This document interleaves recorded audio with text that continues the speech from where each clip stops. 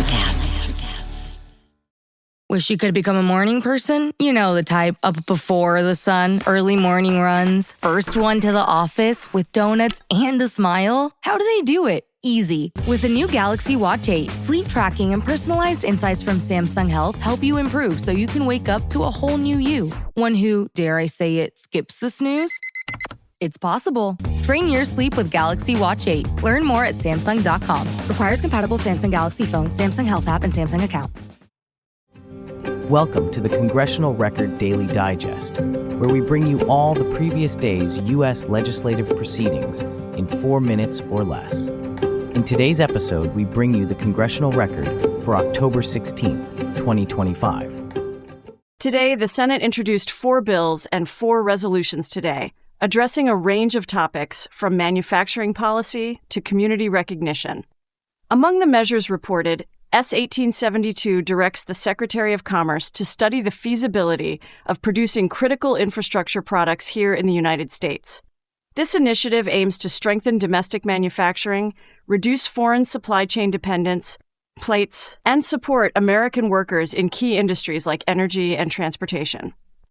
In a lighter moment, the Senate passed 2 commemorative resolutions. S-Res 455 honored the Summerlin South Little League baseball team for winning the 2025 Little League World Series United States Championship, celebrating the achievements of young athletes and their Nevada community.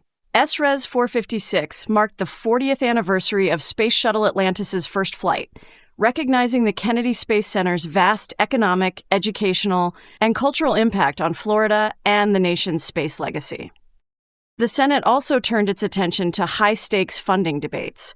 Lawmakers continued discussion on H.R. 5371, the Continuing Appropriations and Extensions Act designed to keep the government running into fiscal year 2026.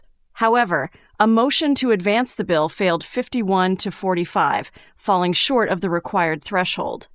Similarly, efforts to move forward with H.R. 40L16, the Department of Defense Appropriations Act, did not advance, as senators continue negotiating over key spending priorities that affect federal agencies and national defense operations. Judicial confirmations were another major focus. The Senate confirmed Harold D. Moody III as U.S. District Judge for the Northern District of Alabama, while advancing the nominations of Ann Lee Gaylord Moe in Florida, William W. Mercer in Montana, and Stephen Chad Meredith in Kentucky. These appointments, once finalized, will shape the federal judiciary across multiple regions.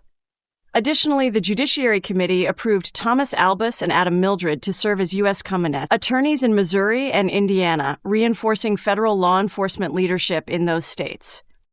Meanwhile, the House of Representatives was not in session today and will meet briefly for a pro forma session on Friday, October 17th. No committee hearings or legislative actions were held.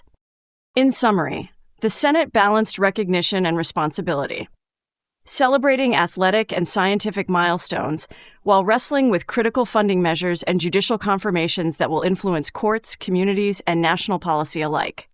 Those were the key activities of October 16th, 2025 in the U.S. Congress. Subscribe to receive daily or rate or review so others can find us as well. Thanks for tuning in to the Congressional Record Daily Digest. This has been an ElectraCast media production. Executive producers are Mark Netter and Peter Rafelson. Produced and edited by Hannah Riggs. Hey Iris, what's new in Dracula Town? There's a lot happening, actually. Everyone wants to know. Who wrote Powers of Darkness? The lost Nordic Dracula variation? Yep. Or could it have been Bram Stoker? Find out in the Powers of Darkness podcast from Or Whatever Movies. Debuting October 2025. Hi, it's me, Flo. Remember me from Ghost Hampton, the podcast? I was secretly in love with Lyle Hall. Well, now I'm dead and loving it. But let's talk about you. If you loved listening to Ghost Hampton, you can now spend the summer in the Hamptons. The original episodes are back, and now new episodes will be dropping every Friday. I may drop in too, just to make Lyle feel guilty. Ghost Hampton, the podcast, is now streaming everywhere.